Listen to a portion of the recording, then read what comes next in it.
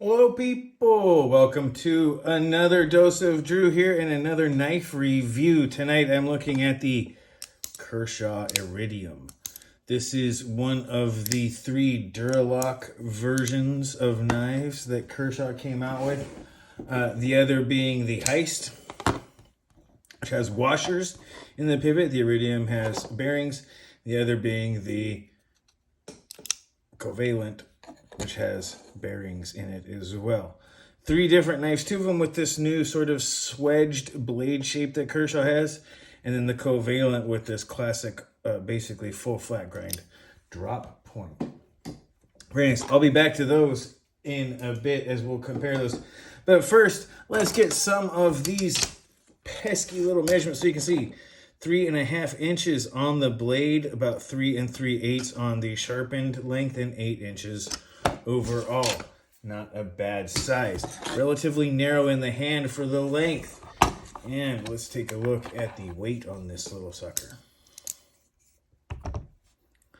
3 1/4 as sits, just under 3 1/4. Not bad at all. Very, very good for the size. Extremely good numbers for the size.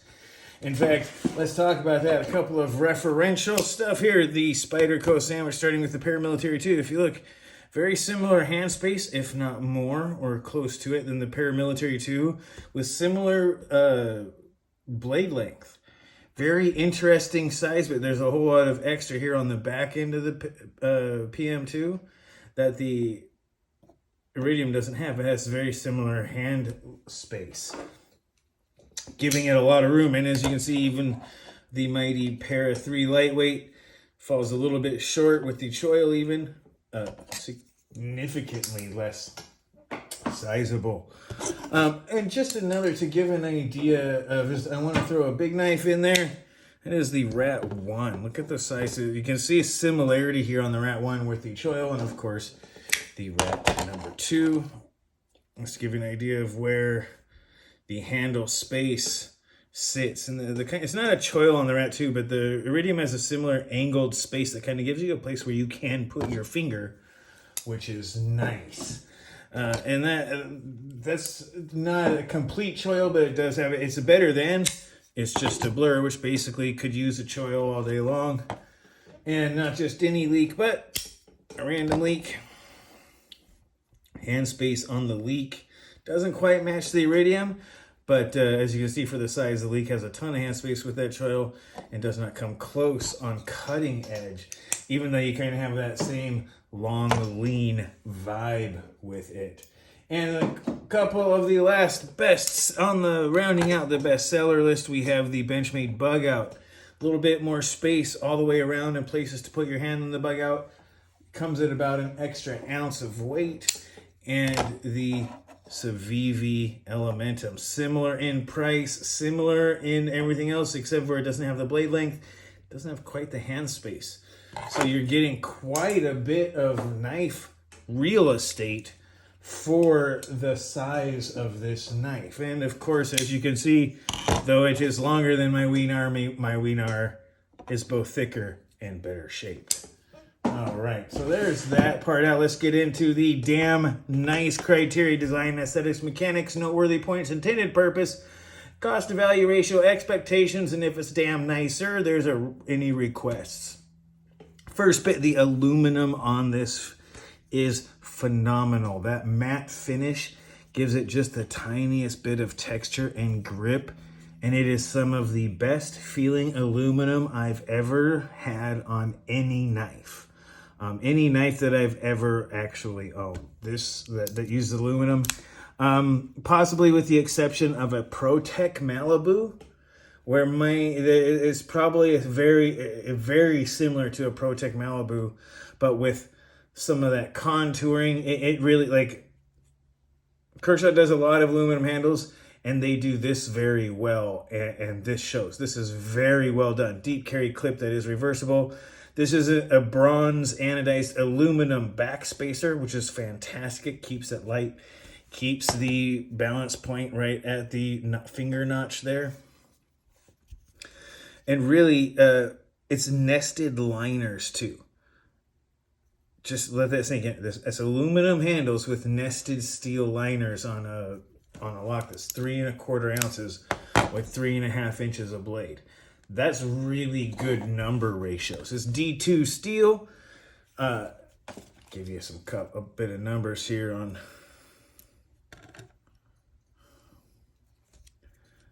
I believe just a little over.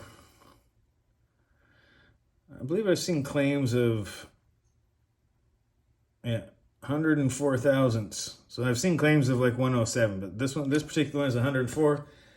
I have seen behind the edges from 22 or 24 thousandths all the way down to 13 on production knives. Let me see if I can't get this one to really slipped off. It's very tough to get it right there behind.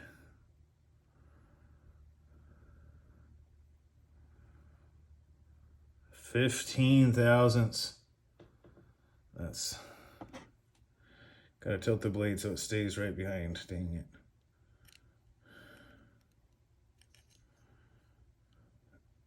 Right on the edge is hard to do. Living on the edge. Woo. Somewhere between 15 and 17. There we go. 15 and 17 thousandths.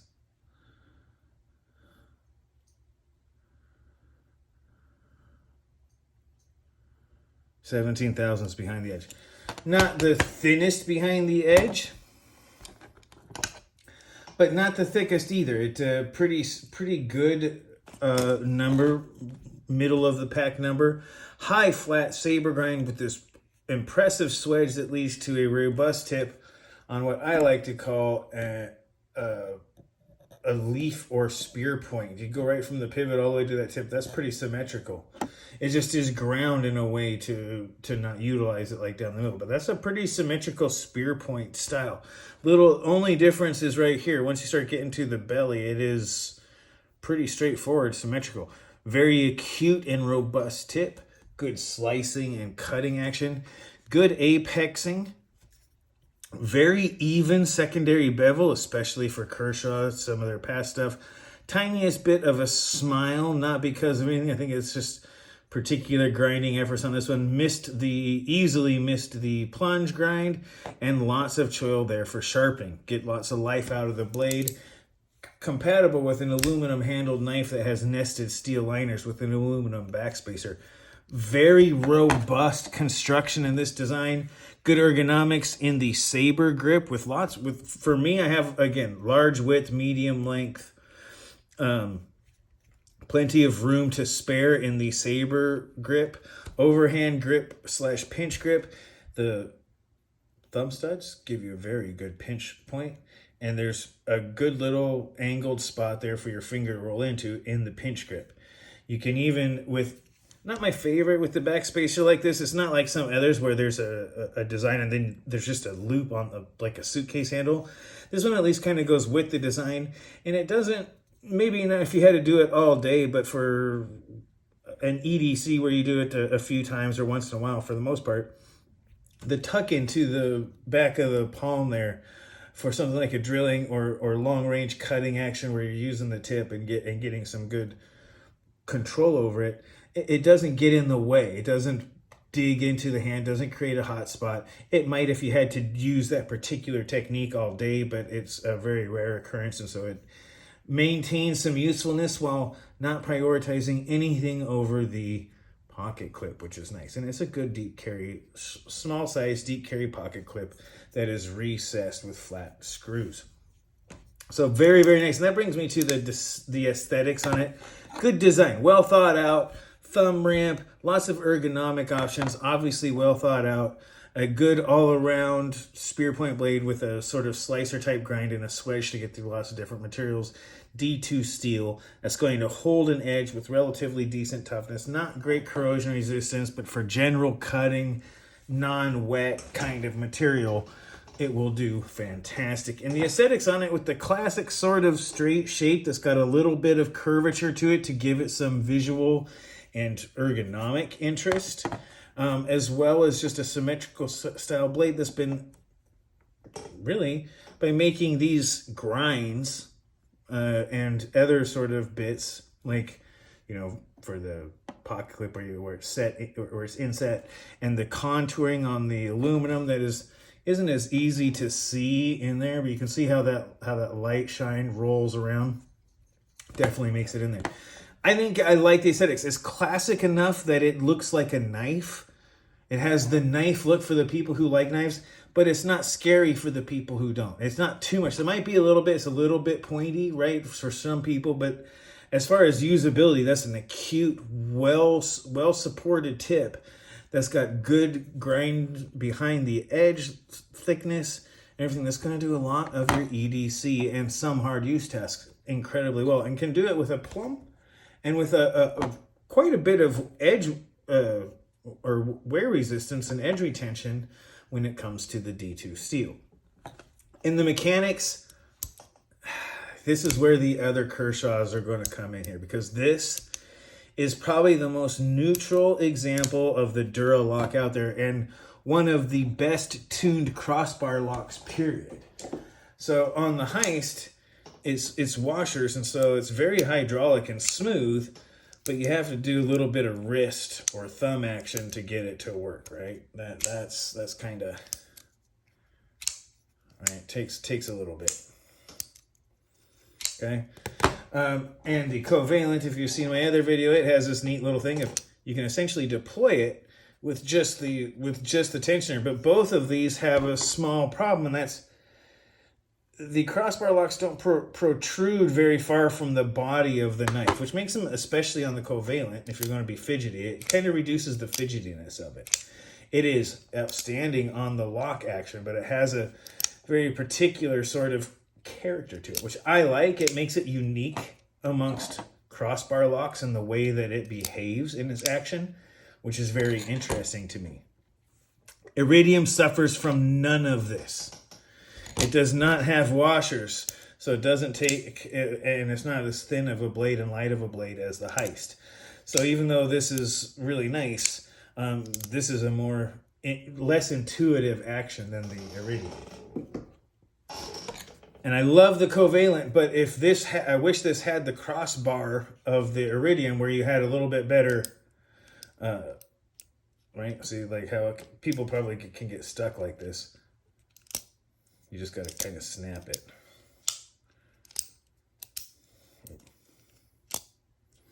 Anyway, right? It has its own sort of unique characteristics, which is cool, and the ability to do it. The single greatest flaw is that you have to squeeze so hard down to make sure you get that crossbar lock. It doesn't stick out very far. The Iridium probably protrudes from the body of the knife twice as far as the covalent, which gives it a very positive feel when you reach it. And the tuning is neutral. The covalent is tuned for this particular type of action, which is nice and unique. The Iridium is tuned for neutral. You pull it, it goes. It is as good as, if not better, than the Hogue Able Lock. It is as good as, if not better than, any Benchmade I've ever tried. It works outstandingly well, and in fact, just as there's the Hogue Able Lock action. And the Kershaw Iridium. It is as good as any crossbar lock out there, if not better than most, if not all. It is right up there with any of them. Extraordinarily well tuned. The grip surface is right on for easy use. The thumb stud is perfectly placed. Very outstanding mechanical action. All of the reviews you have seen are right. This is very neutrally balanced when it comes to the action. And it's just smooth, just so smooth for its action, and you can stop it at any point in the action by releasing. It's just so neutrally tuned and balanced. It's really, really good to see from Kershaw. They have stepped it up, and that's kind of the noteworthy points. It's Kershaw on an EDC, a 3.5-inch blade, slightly less sharp in length, an aluminum contoured handle, nested liners. D2 at a competitive price. Fit and finish are top notch with anyone, and it's from Kershaw, Like, they haven't always been able to do that. I've had a few of my own. That's pretty noteworthy. It is a great EDC knife. It has all of the materials and potential to be a heavy-duty, long-lasting, well-engineered tool you can keep in your pocket, and it does not disappoint. In fact, I think that's its intended purpose as well. The noteworthy points is that it is a new EDC standard from Kershaw. I have previously claimed that the Covalent was a new EDC standard, and I like the drop point, and the action is great, and it gives it some uniqueness. For me, the unique character still makes this a more fun knife, but arguably the Iridium is the better standard. The fit and finish, the contoured aluminum that feels like titanium, that matte finish on the aluminum feels like titanium. It is awesome. It has a great, the blade grind, everything could be redone. Yeah, full flat grind, you could always change it, but the fit and finish, the attention to detail, the design, all comes together into an EDC knife that is maybe you can't actually get this because of blade length laws or anything like that, but it is a very competitive, highly recommendable EDC knife. And that's the cost to value ratio coming into it. It's $65, right around there. Plus or minus a couple bucks depending on where you go, but this is basically right around $65 for most retailers. That's competitive with so many. There are some that are cheaper, right? You've got things like the CJRB Pyrites. There's a lot of other knives out there that are competitive at that price point.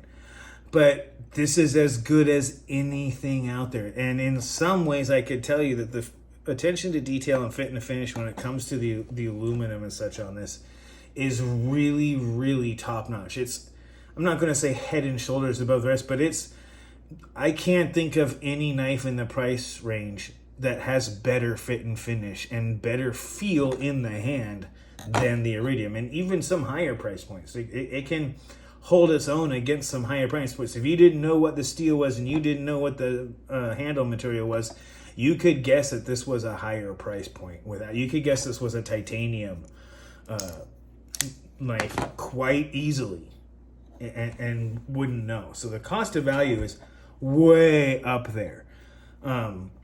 Very, very high value for the cost. And that's, I mean, Kershaw has always kind of pursued that, the left zero tolerance or some of their sprint runs for the, less cost value. But Kershaw definitely pursues that market aggressively, and they have hit a home run with this Iridium right here. And that brings me to the expectations part.